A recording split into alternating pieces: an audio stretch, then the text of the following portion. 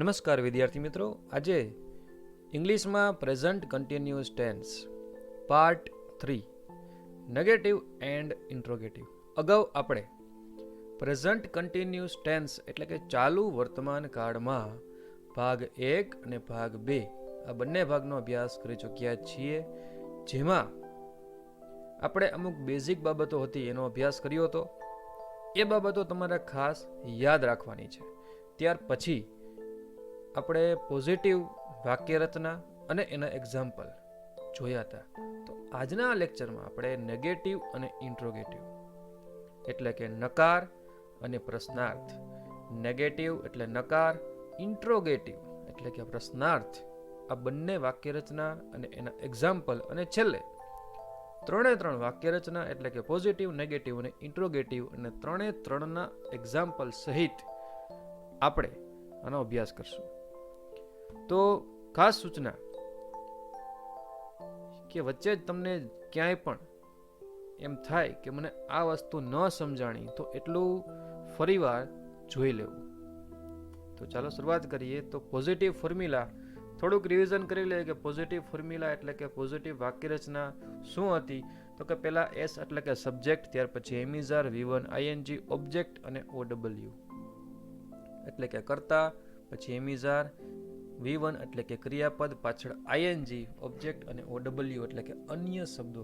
આ હતી પોઝિટિવની વાક્ય રચના અને એનો એક જે બેઝિક નિયમ. શરૂઆતથી હું તમને કહેતો આવ્યો છું અને આ અહીંયા છે આના મુખ્ય નિયમો. કેના? તો કે ચાલુ કાળના મુખ્ય નિયમો આ છે કે ING મૂકતી વખતે ધ્યાન રાખવું કે વર્બનો છેલ્લો અક્ષર ઈ હોય તો એ કાઢી ING મૂકવું. અહીંયા તમને 3 એક્ઝામ્પલ પણ આપેલા છે. વારંવાર આ વસ્તુ એટલા માટે યાદ દેવડાવું છું કારણ કે આમાં લગભગ સ્ટુડન્ટ્સ ને ભૂલ થાય છે. એટલા માટે વારંવાર દર લેક્ચરમાં આ વસ્તુ તમને યાદ દેવડાવું છું કે છેલ્લો અક્ષર ઈ હોય તો એ કાઢી ING મૂકવું. આ વસ્તુ ખાસ યાદ રાખજો. તો હવે આપણે નેગેટિવ અને ઇન્ટ્રોગેટિવ વાક્ય રચના તરફ આગળ વધીએ. નેગેટિવ ફોર્મ્યુલા એટલે કે નકાર વાક્યો રચના.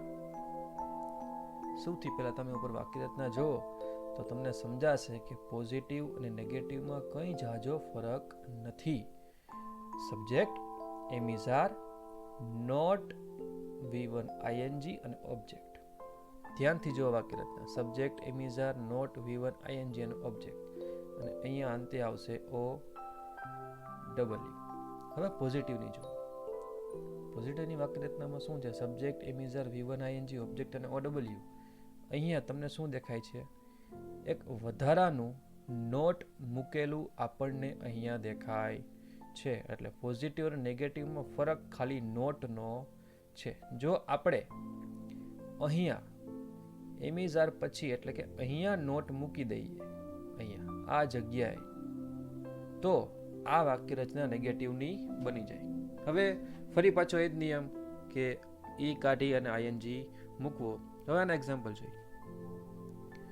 સબ્જેક્ટ એટલે I, એમિઝારમાંથી I હોય તો M, ત્યાર પછી શું આવે? નોટ, તો આપણે નોટ મૂકેલું છે. ત્યાર પછી V1 એટલે કે પ્લે, એના પછી ING એટલે કે પ્લેઇંગ બનશે, અને ઓબ્જેક્ટ એટલે કે ક્રિકેટ. વાક્ય બની ગયું, I am not playing cricket. બીજું વાક્ય સી એટલે કે સબ્જેક્ટ, ત્યાર પછી સી હોય તો ઇઝ આવશે એટલે કે સી ઇઝ, એના પછી નોટ, ત્યાર પછી V1 એટલે કે સિંગ, અને ING એટલે કે સિંગિંગ. ત્યાર પછી ઓબ્જેક્ટમાં આવશે હિન્દી સોંગ્સ. હિન્દી સોંગ્સ કે તેણી કે તેણી હિન્દી ગીતો ગાઈ રહી નથી. Radha is not cooking in the kitchen. સબ્જેક્ટમાં આવશે રાધા, ત્યાર પછી એમિઝારમાંથી ઇઝ, નોટમાં એના પછી આવશે નોટ, ત્યાર પછી V1 માં કુક અને ING એટલે કે કુકિંગ, અને ત્યાર પછી ઓબ્જેક્ટમાં in the kitchen. Radha is not cooking in the kitchen. આ વાક્યો છે. I am not playing cricket, હું ક્રિકેટ રમી રહ્યો નથી. She is not singing Hindi songs, તે હિન્દી ગીતો ગાઈ રહી નથી. Radha is not cooking in the kitchen, Radha રસોડામાં રાંધી રહી નથી. આ હતા નેગેટિવના વાક્યો. ખાસ યાદ રાખજો કે નેગેટિવના વાક્યો અંગ્રેજીમાં લખી આપણે આઈએનજી મૂકવાનું છે, પણ જ્યારે ગુજરાતીમાં એ વાક્યો બોલીએ ત્યારે રમી રહ્યો નથી, ગીત ગાઈ રહી નથી, રહી નથી કે રહ્યો નથી, આ શબ્દ બોલવો ફરજિયાત છે, કારણ કે ચાલુ કાળ છે એટલા માટે. હવે આ હતા નેગેટિવના. હવે આપણે જોઈએ ઇન્ટ્રોગેટિવ, પ્રશ્નાર્થ. ઇન્ટ્રોગેટિવ એટલે કે પ્રશ્નાર્થ વાક્ય રચના. એમાં શું ફરક છે? તો કે એમાં ફરક એટલો જ છે કે એમિઝાર અને subject, V1 ING, object OW અને છેલ્લે ક્વેશ્ચન માર્ક. એમાં ફરક શું છે? તો કે આ બધી વસ્તુ તો સેમ જ છે, ખાલી એક આ ઉમેરાય છે ક્વેશ્ચન માર્ક, કારણ કે પ્રશ્નાર્થ વાક્યો છે એટલે પ્રશ્નાર્થ ચિહ્ન હોવું જરૂરી છે. અને ફરક ખાલી શું પડે છે? તો કે સબ્જેક્ટ છે એ આગળ હતું, એની જગ્યાએ આપણે સબ્જેક્ટને કીધું કે તું જા પાછળ, એમિઝાર અહીંયા હતા એને આપણે કીધું કે તમે જાઓ આગળ. એટલે એમિઝારની અને સબ્જેક્ટની જગ્યા આપણે ફેરબદલી કરી નાખી. તમે લોકોએ ઘણી વખત ઇંગ્લિશ પિક્ચરમાં કે હિન્દી મૂવીઝમાં જોયું હોય કે એમાં પૂછતા હોય કે આર યુ રેડી. તમે આ શબ્દ ઘણીવાર સાંભળ્યો છે કે આર યુ રેડી, તમે તૈયાર છો. આ શબ્દ ધ્યાનથી સાંભળો, એમાં આર પહેલા બોલાય છે. કેમ? પ્રશ્ન પૂછે છે, તમે તૈયાર છો, આર યુ રેડી, એટલા માટે પ્રશ્નાર્થ વાક્યોમાં એમિઝાર પહેલા આવશે. ત્યાર પછી હવે આપણે આ વાક્ય રચના જોઈ. પહેલા એમિઝાર આવશે, સબ્જેક્ટ આવશે, V1 ING ઓબ્જેક્ટ અને OW છેલ્લે ક્વેશ્ચન માર્ક. હવે આપણે એના એક્ઝામ્પલ જોઈએ.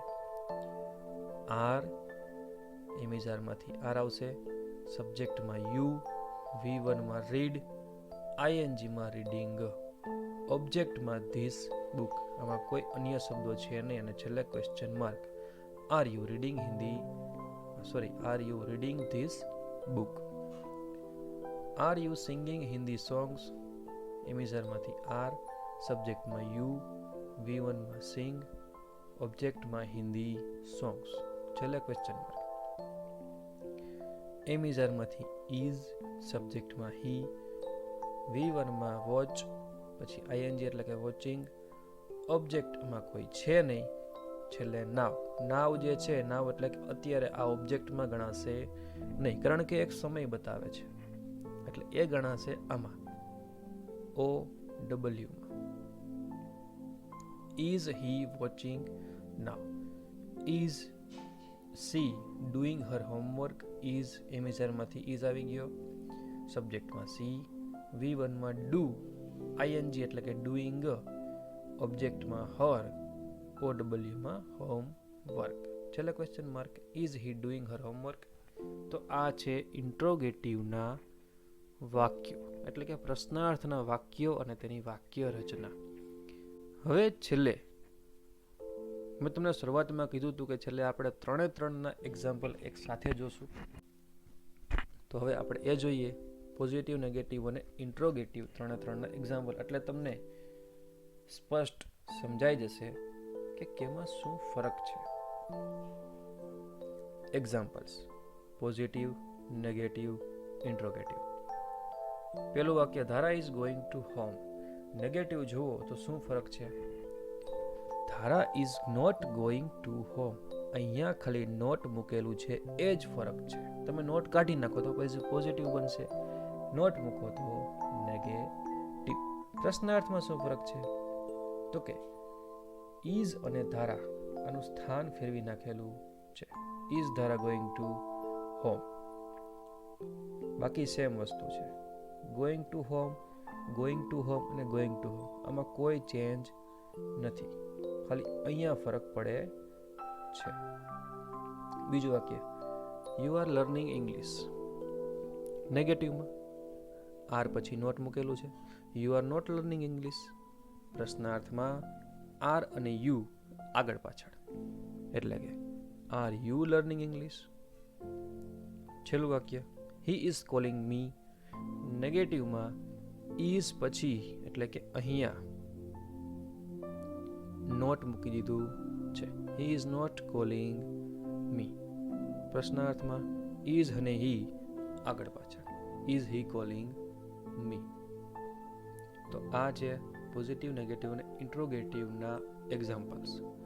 આપણે ચાલુ વર્તમાન કાળમાં પોઝિટિવ, નેગેટિવ અને ઇન્ટ્રોગેટિવ ત્રણના એક્ઝામ્પલ જોયા. એમાં ત્રણની વાક્યરચના જોઈ. બરાબર. વાક્યો બનાવતી વખતે બનાવવાના થાય ત્યારે તમને પોઝિટિવ, નેગેટિવ અને ઇન્ટ્રોગેટિવની વાક્યરચના આવડવી જોઈએ. એના માટે તમારે આ વાક્યરચના યાદ રહી જાય, સમજાઈ જાય, એના માટે પ્રેક્ટિસ કરવાની છે. સૌથી પહેલાં વાક્યરચના યાદ રાખવાની, 5 વાર લખો, 6 વાર લખો. પાકી થઈ જાય પછી વાક્યો બનાવવાની પ્રેક્ટિસ કરવાની. તમારે ખાલી પહેલાં પોઝિટિવના વાક્યો બનાવવા. જેમ કે અહીંયા આપેલા છે પોઝિટિવના 3 વાક્યો, પછી એમાંથી તમારે નેગેટિવ અને ઇન્ટ્રોગેટિવ બનાવી નાખવા. પહેલાં 5-6 વાક્ય પોઝિટિવના બનાવો, એમાંથી નેગેટિવ અને ઇન્ટ્રોગેટિવ બની જશે. એટલે ત્રણની પ્રેક્ટિસ એકસાથે થઈ જશે.